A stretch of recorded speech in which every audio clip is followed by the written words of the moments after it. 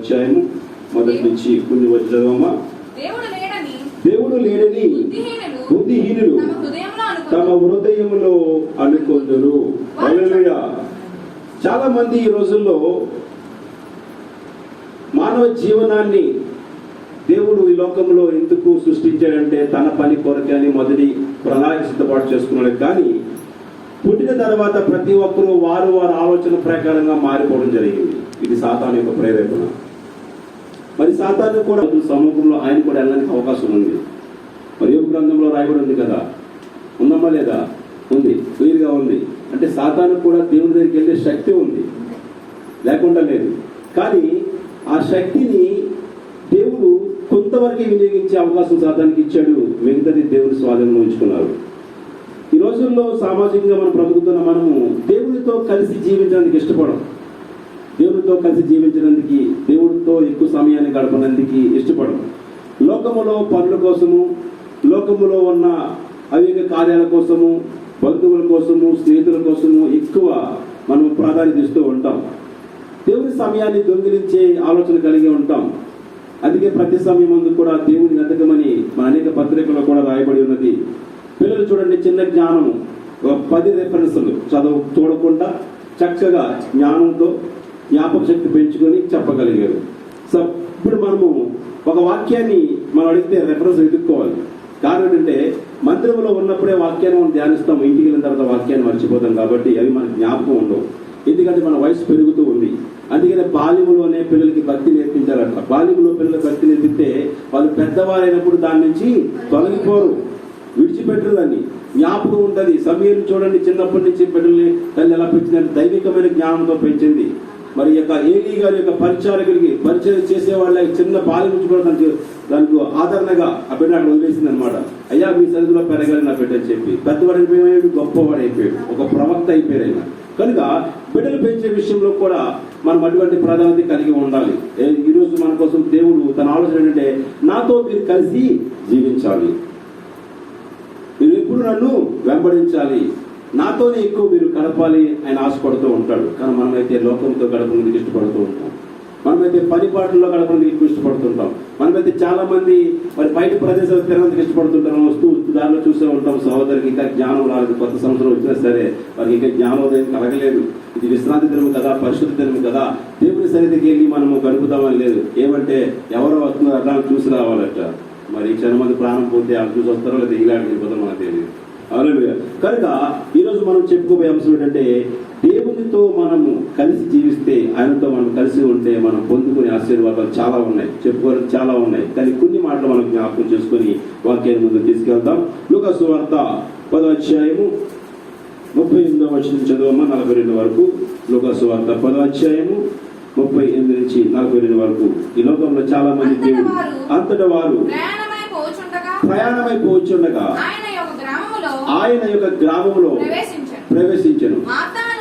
Martha అను ఒక స్త్రీ ఆయనను తన ఇంట చేర్చుకొని. చూడండి, దేవుడిని ఈ రోజు ఇంట చేర్చుకునేందుకు ఇష్టపడింది మార్త. దేవుణ్ణి తన ఇంటికి పిలిచి ఆహ్వానించి తన ఇంటిలో ఆతిథ్యం ఇచ్చి చక్కని భోజనం పెట్టి తను మనస్ఫూర్తిగా సంతృప్తి పరిచి దేవుణ్ణి సంతృప్తి పరచాలని ఆలోచించింది. ఈ విశ్రాంతిని మనం ఏం ఆలోచిస్తున్నామంటే దేవుని సన్నిధికి మనం వెళ్ళాలి, దేవుని మన హృదయంలోనికి వెళ్ళాలి. దేవుని సన్నిధికి మనం వెళ్ళి తను ఇచ్చే జీవాహారాన్ని మన హృదయంలో దాచుకుని ఆ జీవితం మనం జీవించాలి. మార్త అనుకుందట, యేసయ్య నా ఇంటికి పిలుస్తాను, యేసయ్య ఇంటికి పిలిచిన తర్వాత యేసయ్యకి మంచి ఉపచారం చేస్తాను, మంచి పిండి వంటలు చేస్తాను, మంచి మంచి ఆహారం ఆయనకి ఈరోజు నేను పెడతాను, కడుపు నిండా భోజనం పెడతాను ఆలోచించిందంట. చదువు వాక్యాన్ని ముందుకెళ్ళి ఇంకా ఆమెకు మరియాను సహోదరి ఉండెను. ఈమె యేసు పాదాల యొద్ద కూర్చుండి ఆయన బోధ వినుచుండెను. హల్లెలూయా. చూడండి, దేవునితో ఉన్నందుకు ఇష్టపడింది ఆమె. మార్త ఇంటిలో పనులతో ఉన్నందుకు ఇష్టపడింది, మరియా దేవునితో ఉన్నందుకు ఇష్టపడింది. ఇప్పుడు ఇద్దరిలో ఎవరు శ్రేష్టమైన వారంటే మరియా శ్రేష్టమైనదిగా ఎంచబడింది. హల్లెలూయా. ఇలా కొన్ని రెఫరెన్స్లు మీకు జ్ఞాపకం చేస్తాను, కొన్ని మాత్రమే, ఎందుకంటే చాలా ఉన్నాయి, చెప్పుకునే మన సమయం కూడా చాలు. మనం దేవునితో గడపడానికి ఇష్టం పడినప్పుడే మనం ఉత్తమమైన వారిగా ఎంచబడతాం, శ్రేష్టమైన వారిగా ఎంచబడతాం. ప్రత్యేకించబడిన వారిగా ఎంచబడతాం. దేవునితో గడిపే సమయం చాలా తక్కువ భూలోకంలో మనకి. మన పనుల నిమిత్తం చాలా సమయం గడపగలము, కానీ దేవునితో గడపడానికి చాలా తక్కువ సమయాన్ని కేటాయించుకుంటున్నాము, చాలా తక్కువ. ఈవెన్ మనము ప్రతిరోజు ఆ కాల నియమన ప్రకారంగా మనము దశమ భాగమును దేవుని సమయాన్ని తీస్తే 2 గంటల 44 నిమిషాలు పైన ఉంటుంది. మనం 2 గంటల 44 నిమిషాలు పైన ఉంటుంది. ఏమండి, అంత సమయాన్ని దేవునితో మనం గడుపుతాము. వంటకు 1 గంట గడుపుతాం, ఉద్యోగానికి 8 గంటలు గడుపుతాం అమ్మా, సెల్ ఫోన్కి 1 గంట 2 గంటలు గడుపుతాం, రాత్రి 12, 11 వరకు అమ్మా, పిల్లలతో కొంచెం సమయం గడుపుతాం, ఆటపాటలు గడుపుతాం, కానీ దేవునితో గడపడానికి ఇష్టపడతామా? చెప్పండి. మరి ఏమైనా మాట్లాడుతుందా? వేసుకొని నాన్న ఏమన్నా చెప్పు అంటుందా? లేదు. ఆయన పాదాల దగ్గర కూర్చొని వింటుందట. ఈరోజు బైబిల్ చదువుతుంటే బైబిల్ కూడా నీతో నాతో కూడా అదే మాట్లాడుతుంటారు. టీవీలో ప్రసంగాలు చదువుతుంటే అవి మనతో మాట్లాడుతుంటే మనం వినవలసిన వాళ్ళు విని జ్ఞానం తెచ్చుకొని ఆ జ్ఞానానుసారం జీవించవలసిన మనం. కనుక మనము దేవునికి ఇష్టముగా దేవునితో కలిసి జీవితానికి ఇష్టపడితే, మనం ఆయనతో ఉండాలనుకుంటే మనల్ని ప్రధానమైన వారిగా, శ్రేష్టమైన వారిగా దేవుడు మనం ఎంచుకుంటున్నాడు. హల్లెలూయా. కనుక ఆయన ఆశీర్వాదాలు పొందుకుంది మరియ. కానీ మార్త చాలా కష్టపడుతుంది. ఎంత కష్టపడుతుందంటే యేసుప్రభు వారికి వండి పెట్టాలి, వచ్చిన వారికి వండి పెట్టాలి, ఎవరెవరు ఉన్నారో అందరికీ వంటలు చేసి పెట్టాలి. ఈమె కూడా కష్టపడుతుంది. కానీ కష్టానికి ఫలితం ముందు ఉంటారు. చెప్పండి, ఆ కష్టానికి ఫలితం జీవగ్రంథం రాయబడింది తెలుసా? మార్త, విస్తారమైన పనులు పెట్టుకున్నావు, చాలా పనులు పెట్టుకున్నావు నువ్వు. నీకు విశ్రాంతి దినం చాలా పనులు పెట్టుకున్నావు నువ్వు, శుక్రవారం దినం చాలా పనులు పెట్టుకున్నావు నువ్వు, ప్రార్థనా సమయం చాలా పనులు పెట్టుకున్నావు. కానీ మరియా ఉత్తమమైనది ఏంటంటే దేవుని మాట వినడం కంటే ఉత్తమమైనది ప్రపంచంలో ఏదీ లేదు. సృష్టి ప్రారంభించినప్పుడు సృష్టికర్త మాటకి సృష్టి తల వంచింది. ఏమన్నట? ఆకాశమా ఎక్కడుండు, భూమి ఎక్కడుండు అంది. మనుషుల మాటకి ఒక్క దిక్కు నిలవలేదు. దేవుడి దగ్గర ఎంత ప్రయత్నం చేసినా దేవుడి దగ్గర నిలవలేదు. ప్రయత్నమే చేయడానికి చాలా కష్టం. వాళ్ళు చేసిన నిల్చున్న మన ఏదో సోదరులు వేదనలు వచ్చి తొట్టిల్లిపోతూ ఉంటారు. దాన్ని ఎదుర్కొనే శక్తి కూడా మనకు ఉండదు. ఈరోజు చాలా మంది ఒక క్రియ మన పట్ల జరిగింది, ఒక క్రియ జరగదు అనుకున్నాం. ఆ క్రియ జరగబోయినప్పుడు చాలా మంది మనం దూషిస్తూ ఉంటారు. అంటే క్రియ విశ్వాసము మనతో పిల్లలు చేపట్టిందాక మనంటారా? మనం ప్రార్థించినప్పుడు ప్రార్థన పరిచయకపోతే చచ్చిన శవంతో సమానం. దానికి శవానికి ఇటువంటి ఇది తేడా లేదు, ఇంకా 2 ఒకటే.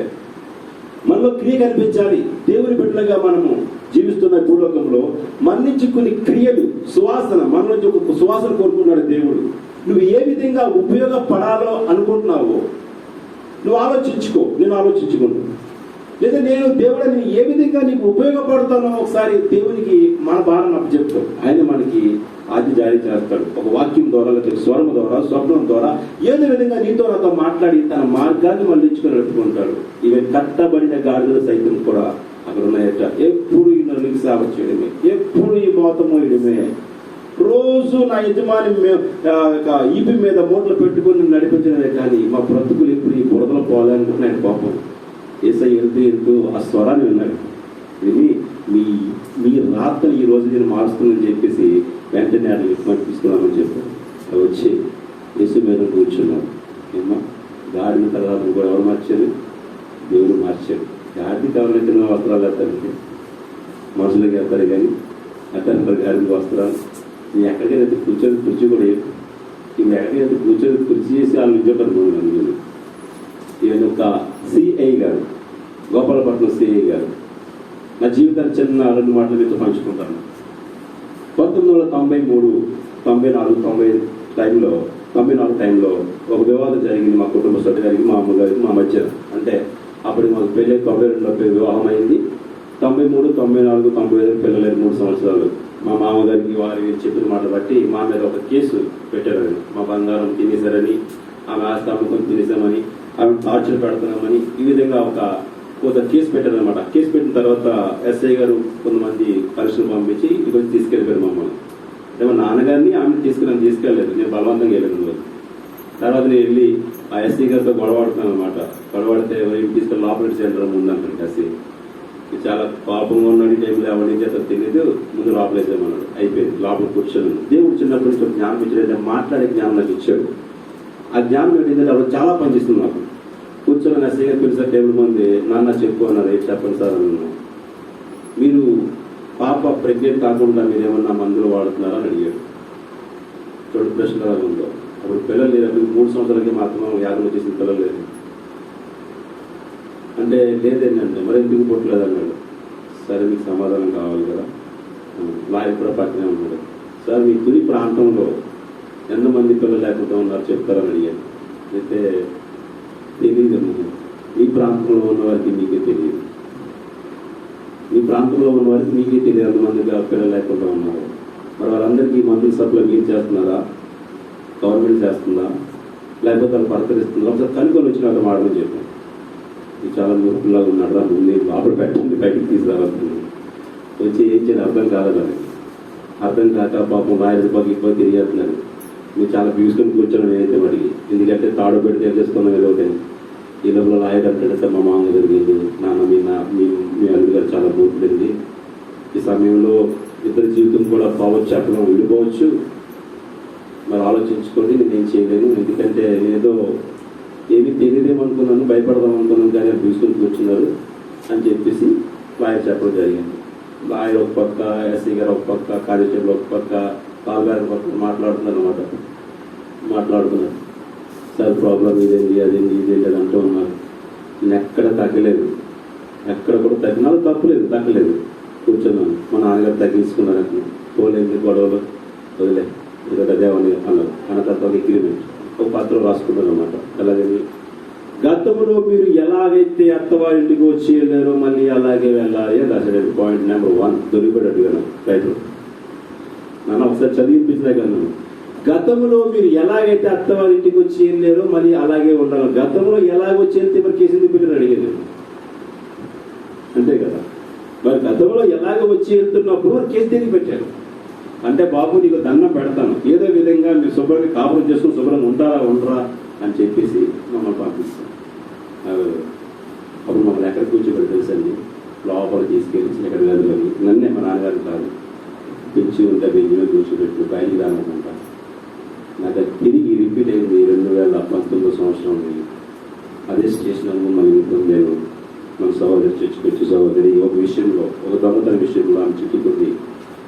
ఆమె చిక్కుకున్నప్పుడు తన తల్లిదండ్రులు అడిగారట, వాళ్ళ అన్నదమ్ములు తెలిసింది, అమ్మ మేము రావని సార్, పాస్టర్ గారు మీరు తప్ప నాకు ఎవరు దిక్కులేదండి, సరే పదమ్మా డ్యూటీ సెలవు వస్తాను, అందుకన్నా మహాభాగ్యం వాళ్ళు వెళ్ళింది. ఎక్కడికి ముందు కంచర్ పోలీస్ స్టేషన్కి వెళ్ళారు. వెళ్తే అక్కడ ఎస్పీ గారు లోపల కూర్చున్నారు. పిలిచారు, ఆమె పిలిచారు. ఆమె ఏదేదో చెప్పింది, అవన్నీ ఇప్పుడు మీరు తర్వాత చెప్తాను ఏం చెప్తారు. అయితే ఏమి చెప్తే ఈమె అబద్ధం ఆడుతుంది. అందులో మేడం కూడా వచ్చింది. ఆ మేడం ఈమె అబద్ధం ఆడుతుంది, మీతో ఎవరు వచ్చారమ్మా అంటే పాస్టర్ గారు వచ్చారు. లోపలికి పిలిచారు. లేకపోతే లోన్ కలిగిన ఎస్సీ గారు కూర్చొని సార్ గౌరవించారు. నా కళ నీళ్ళు వచ్చారు, కళ్ళకి నీళ్ళు వచ్చాయి. ఎందుకంటే ఒకప్పుడు నాయన వెంటనే నా జీవితం గుర్తొచ్చింది. ఒకప్పుడు ఇదే స్టేషన్లో, అంటే పులి ప్రాంత స్టేషన్లో నన్ను మూల చీకటి గదిలో కూర్చోబెట్టాను. ఇప్పుడు నన్ను ఒక అధికారి వేసి కూర్చొని గౌరవిస్తున్నారంటే నేను మీతో ఉన్నాను కాబట్టి చెప్పాలి. నేను మీతో ఉన్నాను కాబట్టి కదా నాకు ఈ గౌరవం. సమాజంలో గౌరవంగా బ్రతికితే నేను మీతో ఉంటాను అనుకొని కళ్ళు తెచ్చుకొని తెలుసుకొని బాగా అడుగుతారు, ఏమన్నాను ఏదో జ్ఞాపకం వచ్చిందని చెప్పి అయిపోయింది. అస్సీగలతో అయిపోయింది. అక్కడి నుంచి ఈమె ఇంకా అబద్ధం ఆడుతుంది. ఆడుతున్న బయటకు వచ్చి సహోదరిని చెప్పిన ఆలోచించు, నువ్వు ఏది ట్యాక్ట్గా చెప్పావు అనుకో, నువ్వు బయటకు వస్తావు, లేదా చాలా ఇబ్బందులు పడతావు అని చెప్తే ఒక వారం రోజులు సమయం ఇచ్చారు. సమయం ఇచ్చి మళ్ళీ ఫోన్ చేసి రమ్మన్నాను. ఎక్కడికి? గోపాలపట్నం స్టేషన్. కంచరపాలెం నుంచి గోపాలపట్నం. నేను దేవుడా మళ్ళీ గోపాలపట్నం వెళ్ళాలా? సరే వెళ్ళామని. దాంతోపాటు అతను ఫ్రెండ్ రాజు ఆటో డ్రైవర్ అవ్వాలి అన్నారు. అంతోపాటు వచ్చేది కానీ కలిసి పట్టించుకుంటున్నాను. బయట నుంచి లాంగ్కి వెళ్ళాలన్నా మాట్లాడంటే నేను వెళ్ళను, నాకు భయం అంటున్నాడు. ఆ టైంలో చుక్కా శ్రీను ఆడ ప్రాంతం తెలిసి ఉంటుంది, పెద్ద దొంగ తెలిసిన అమ్మ అబ్బాయిని ఎదురుగా ఈ అమ్మాయిని చూపెట్టి కొడుతున్నాడు. రబ్బర్ చెప్పులతో కొడుతున్నారు, టైర్ చెప్పులతో. తట్లు వచ్చేస్తుంది దగ్గర, నా కళ్ళ ముందు ఉన్నది. వెంటనే ఈ అమ్మ పట్టుకుని కాలు పట్టుకుని ఏడ్చేస్తుంది. అమ్మ ఇందుకే ఆటో ధైర్యం ఉంది, ఉన్నది చెప్పు, ఇంటికి వెళ్ళిపోతావు. ఏమైనా తప్పు వస్తే నీకు తేడా వచ్చిన తరపు తీసుకొని చెప్తే లోనికి ఆమెను పిలిచారు. పిలిచి సిఐ గారు, ఆయన ఎస్ఐ గారు కాదు, సిఐ గారు, ఇక్కడ ఎస్ఐ గారు, సిఐ గారు తల్లిగారిని ఎవరన్నారు, వెంటనే పాస్టర్ గారు అంటే లేచిపోయి సైకిల్ ఇచ్చారు. ఎవరు సార్ ఇలా బయటికి మంచి తింటారు క్లాస్కి, పాస్టర్ గారికి మంచిలో ఉంది అని చెప్పి తన టేబుల్ వచ్చి చాక్లెట్ తీసి ఇప్పుడు చాక్లెట్ తినండి సార్ అన్నారు. ఏంటి సార్ చాక్లెట్ అంటే ముందు తినండి, ఎందుకంటే మీరు టెన్షన్ ఫీల్ అవుతారేమో, దైవజనులు కదా, దైవజనులు కదా, మీరు దేవుని బోధించేవారు, అందరికీ మంచి నేర్పించేవారు, మీరు స్టేషన్లో ఉన్నారంటే ఏదో టెన్షన్ ఫీల్ అవ్వచ్చు కదా, ముందు తింటే రిలాక్స్ అవుతారని చెప్పేసి అది తిని మంచిది తాగినారు. మరొకసారి కలిగి వచ్చాను, దేవుడా అక్కడ ఎస్ఐ ఇక్కడ సిఐ ఎంత గొప్ప అనుకున్నాను. ఆయన ఒకటి అన్నారు, ఈ వయసు ఎంతమ్మా, ఈ పాప వయసు ఎంత, 10th క్లాస్ సార్. అలా అమ్మాయి, మీ ఇద్దరు అమ్మాయిలు వాడు చూసుకుంటావా, బాగుపరుచుకుంటావా అని అడిగాడు. ఈరోజు నువ్వు ముందే జస్ట్ 2 నిమిషాల నుంచి చూసావు కదా సిచ్యువేషన్ ఎలా ఉంది అబ్బాయి, నిన్ను కూడా సేమ్ అలాగే కొట్టాలి, కానీ నువ్వు ఒక వ్యక్తి వాళ్ళు బతుకుతున్నావు, నీ ఎంతకు వచ్చి చాలా గొప్పదమ్మా, వయసు కాదు, ఆయనతో ఉన్నవాడు చాలా గొప్ప, దేవుని నమ్ముకుని దేవుని మీద ఆధారపడి చూస్తున్నావు, ఆయన అండర్లో నువ్వు ఉన్నావు కాబట్టి, ఆయన మందిరాన్ని వెళ్తున్నావని అది చెప్తున్నారు కాబట్టి నేను ఇలాగ వదిలేస్తున్నాను, లేకపోతే చావు తెప్పలు కొట్టిన పంపిస్తాను బయటకు. హల్లెలూయా. మరొకసారి దేవుని జ్ఞాపకం చేశాడు. దేవునితో మనం జీవించగలిగినప్పుడే, దేవునితో మనం కలిసి ఉన్నప్పుడే మనమేంటో అన్నది దేవుడు మనకు రుజువు చేస్తాడు. హల్లెలూయా. ఈరోజు చాలా మంది విశ్రాంతిని విడిచిపెట్టి తిరగనందుకే ఒక భోజనంకో లేకపోతే ఒక పార్కులకో షికారుకో ఈ విధంగా జీవించాలని కోరుకుంటారు. కానీ ఈ పరిశుద్ధమైన తెలుగు దేవుని మందిరంలో గడుపుతాను, ఒక గంట గడియ దేవుడి మాటలు వింటాను, ఆయన స్తుతిస్తాను, దేవుడు నాకు కాళ్ళు ఇచ్చాడు, చేతులు ఇచ్చాడు, అవయవాలన్నీ బాగా ఉన్నాయి, అరగంట పాటు ఆయన స్తుతిస్తానని ఆలోచన కలిగి మనం సమయాన్ని వ్యర్థముగా పాడు చేసుకునే ప్రయత్నం కూడా ఉంటారు. క్రైస్తవులే, చాలా మంది క్రైస్తవులు ఎందుకో తెలియదు, జీవితాలు ఎన్ని సంవత్సరాలు సరే మార్పు కలగదు, హృదయం మారదు, ఆ హృదయం ఎందుకు కఠినమైపోతుందో, తర్వాత రాబోయే ఉగ్రతను ఎలా తప్పించుకుంటారో కూడా తెలియదు. 51 మాట్లాడుతుంటాడు చూడండి, ఒక్కసారి చీల్చేస్తాడు దేవుడు, అప్పుడు పట్టించుకునేవాడు అనుకుంటాడు, కాపాడేవాడు ఒక్కరు కనిపించడట, కేకలేస్తామంట, అదుస్తామంట. 51 చదువు 50 ఉంటుంది దానికి.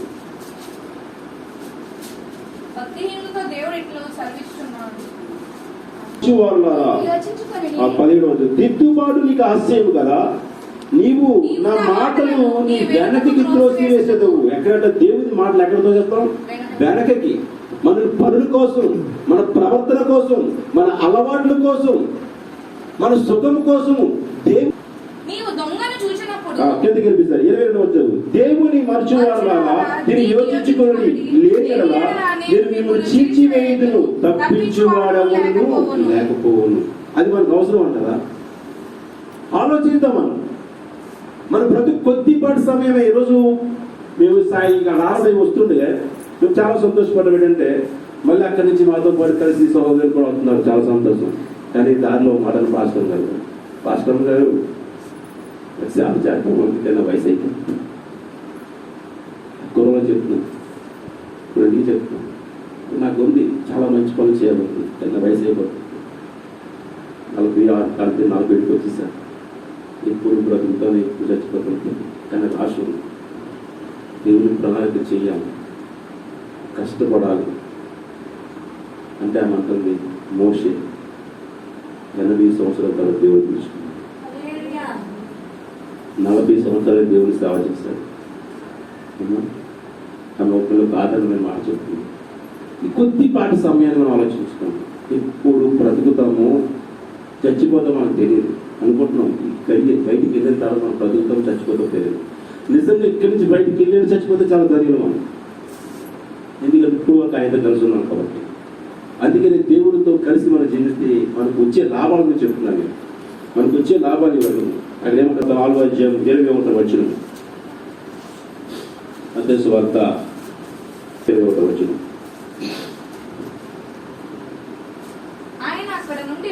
ఆయన అక్కడి నుండి వెళ్ళి జెబెదయి కుమారుడైన యాకోబును తన సహోదరుడైన యోహానును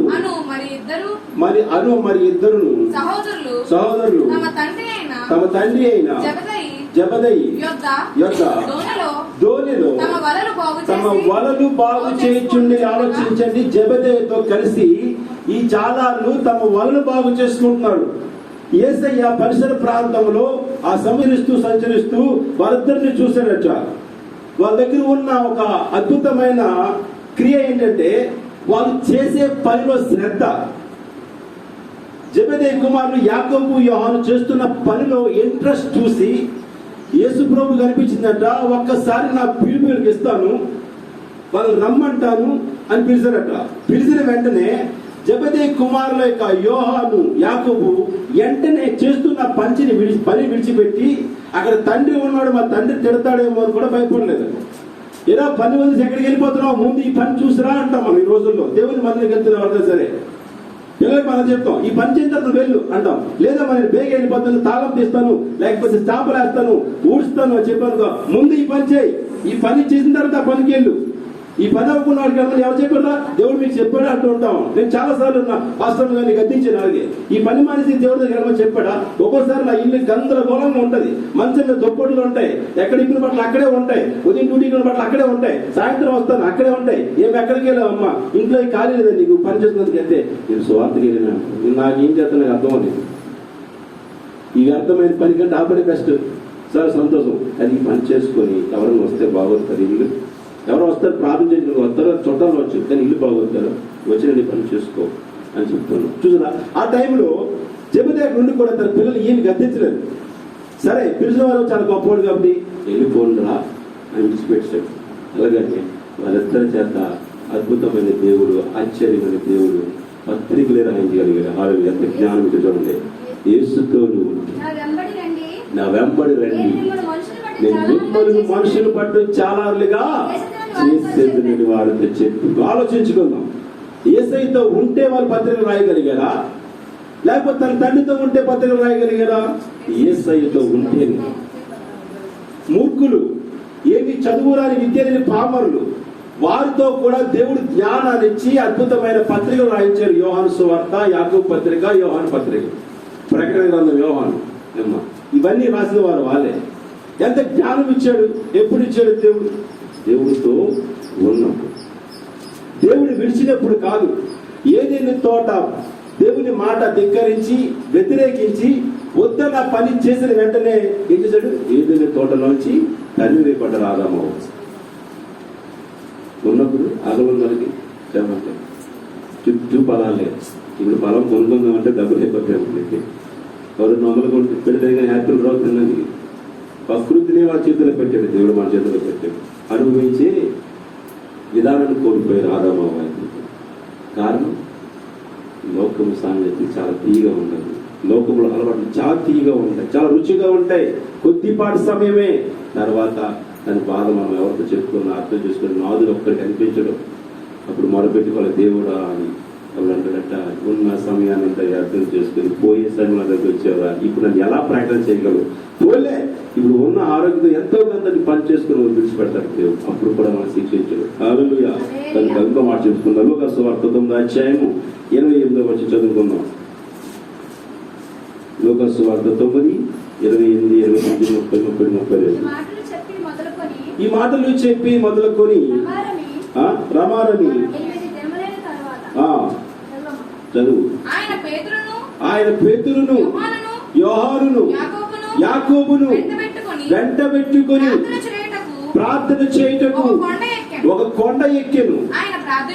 ఆయన ప్రార్థించుచుండగా చూడండి, యాకోబును, యోహానును, పేతురును వెంట పెట్టుకొని తన మరణకాల సమయం అంటే ఎప్పుడంటే సిలువ వేసే ముందు ఆసక్తితో, చాలా రోజులతో, బాధతో, ఎంతో ఏడుస్తూ మురుగుతూ ఆ కొండ ఎక్కి ప్రార్థన చేస్తున్నాడు యేసుప్రభువు వారు. ప్రార్థన చేస్తున్నప్పుడు ఇక్కడ ఈ ముగ్గురు ఏం చేస్తారట, కింద నుండి ప్రార్థన చేయని చెప్తే ఈ ముగ్గురు పడుకున్నారు.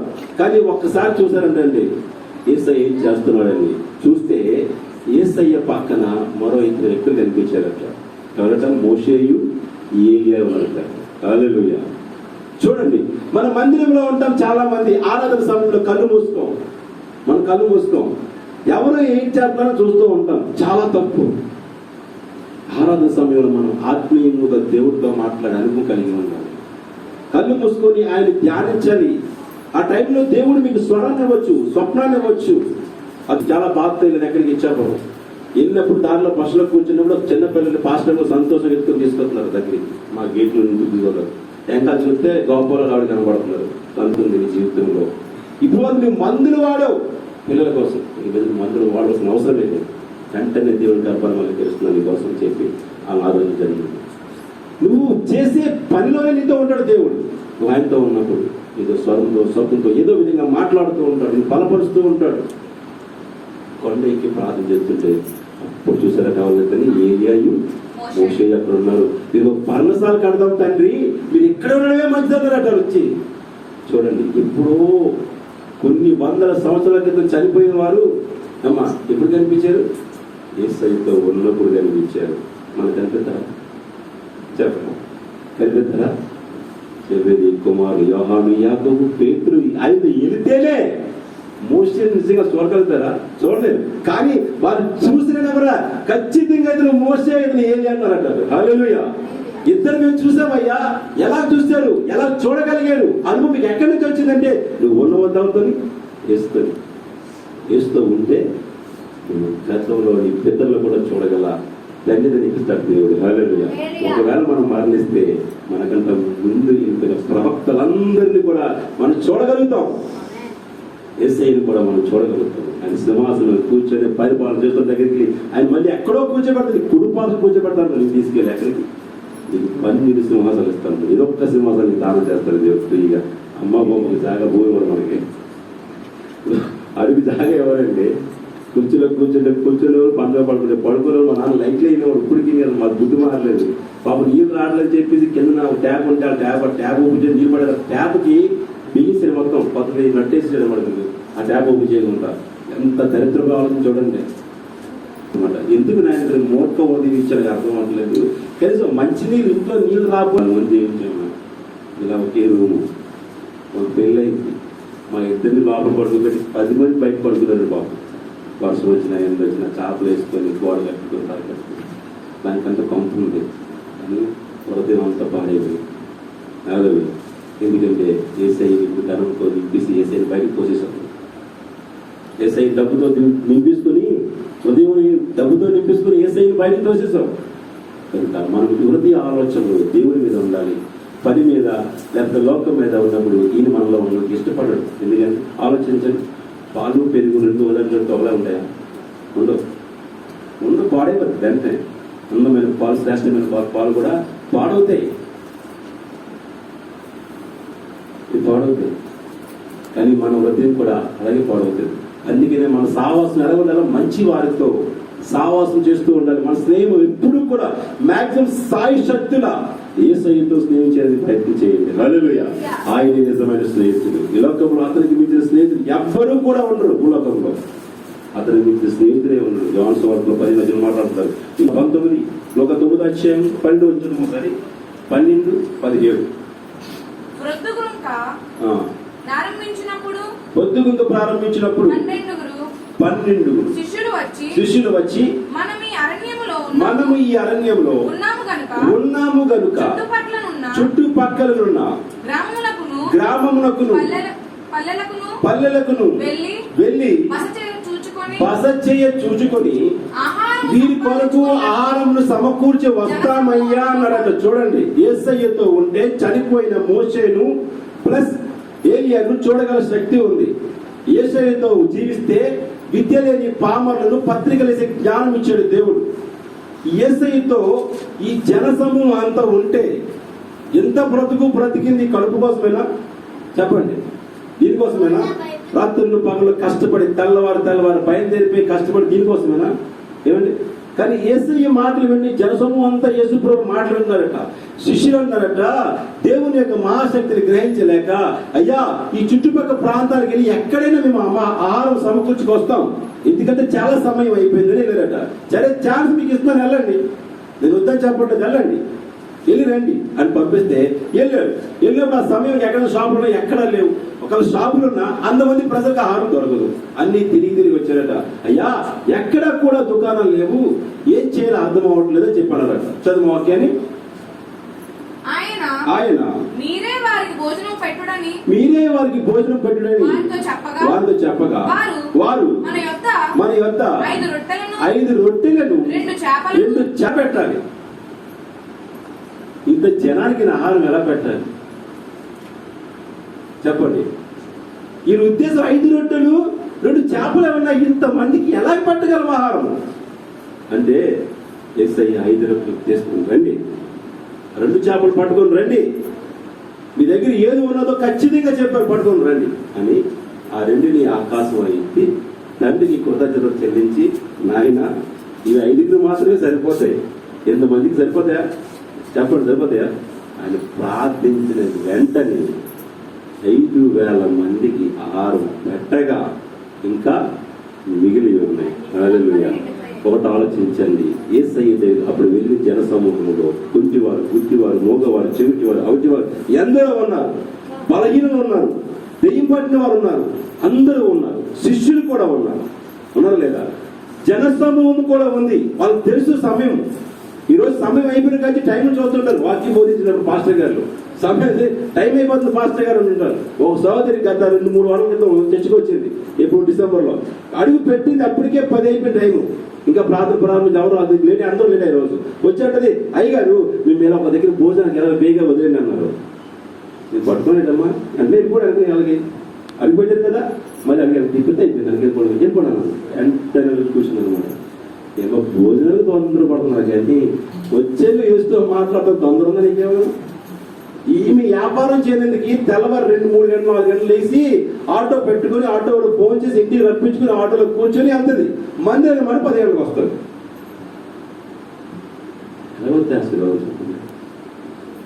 అతని శక్తిని కూడా మనిషి నువ్వు దేవుడి సమయాన్ని దొంగిలించుకొని దేవుడి సమయానికి వచ్చినప్పటికీ నువ్వు ఎన్నో ఆటంకాలు పెట్టుకుంటున్నావు. ఆ మార్గాలు అక్కడ ఉన్న అందరి అన్యులు కూడా ఉండే ఉండవచ్చు. అందరినీ కడుపు నిండా ఆహారం పెట్టి దాచుకోనందుకు 12 గంటలు మిగిల్చి పంపించాడు. హల్లెలూయా. యేసుతో మనం ఉన్నప్పుడు కొన్ని ఆశీర్వాదాలు కానీ మీకు తెలుసో తెలియదు, నేను గతంలో కూడా చెప్పాను. ఒక బాల్ ప్యాకెట్ డబ్బులున్న కొనుక్కునే స్థితి నాకు. అమ్మా ఈరోజు ఏం చేయాలా? ఆదివారం 8 గంటలకి లేచిపోయి చర్చకొచ్చి బయలుదేరి. ఒకప్పుడు నా ఆదివారం 6 గంటలు లేచి మార్కెట్కి వెళ్ళి మార్కెట్ తీసుకొచ్చి నేను మందిరానికి వచ్చేవాడు. ఇప్పుడు అప్పుడు ఒకటే మందిరం, మన కాల్చర్ మందిరం కాబట్టి ఇప్పుడు 2 అయిపోయాయి. సమయం చాలలేదు, మార్కెట్ కూడా టైం లేదు. కానీ ఇవాళ ఇంట్లో రొయ్యలు కోరలు. అప్పుడు యేసుతో ఉన్నవారు చూసారు పోయి నాకు తెలియదు, కానీ ఇప్పుడు యేసుతో జీవితం నేను చూస్తున్నాను. రాత్రి 12 వరకు నేను వాక్యం ప్రిపేర్లో ఉన్నాను. రాత్రి ఈ సబ్జెక్ట్ ఎప్పుడు చేసి దేవుడు నాకు బుర్ర తిప్పుతున్నాను, కానీ రాసుకోలేదు, మైండ్లో ఉంచుకోలేదు అంతే. ఇంట్లో యేసుతో ఉంటే దీనికి కూడా కరువు ఉండదు. అందుకే నీకు నిండి పొరలి పారుతుంది. నువ్వు ఆయనతో సాంగత్యం చేయి, ఆయనతో ఉండు, ఆయనతో గడుపు చాలు. అందుకే బాధపడి వచ్చినప్పుడు నాకు ఇంకా బ్రతకాలను ఉందంటే అప్పుడు ఇప్పుడు ఏమంటా బ్రతకాలు చచ్చిపోతే ఎవరు చచ్చిపోతే అంటే ఇంకా బతకాలను ఉందంట. ఏమని ఎందుకు చచ్చిపోమంటారు? ఇంకా బతకాలను ఉంది. ఇప్పుడు లెక్కేసుకున్న వయసు అయిపోతుంది. 70 లేక 80 అని కెత్తవాడు దావీదు చెప్తున్నా మాట్లాడుతున్నాడు. ఇప్పుడు అంత లేదండి, 50 లేక 60, 50 లేక 60 ఉన్నదంత భక్తులు బాగు చేసేసింది పోలీసులు వచ్చి. ఏమ్మా ఇప్పుడు ఉన్న తక్కువ 13 సంవత్సరాలు లేకపోతే 15 సంవత్సరాలు నా సేవలా చేయాలి దేవుడా, ఎలా చేయాలా దేవుడా అని బాధపడలేదు. హల్లెలూయా. యేసయ్యతో ఉంటే భోజనం కూడా బాగుంది. కింద ఇంకో 4,000 మంది కూడా ఈ భోజనం పెట్టాడు. ఇంకా 2 వాక్యాలు మీరు చెప్పి ముగించేస్తాను. ఎక్కడికి వెళ్తారు మీరు? 20వ అధ్యాయము చెప్పి చివరి వాక్యం చెప్పి ముగించేస్తాను. 6వ వచనం చదవమ్మా.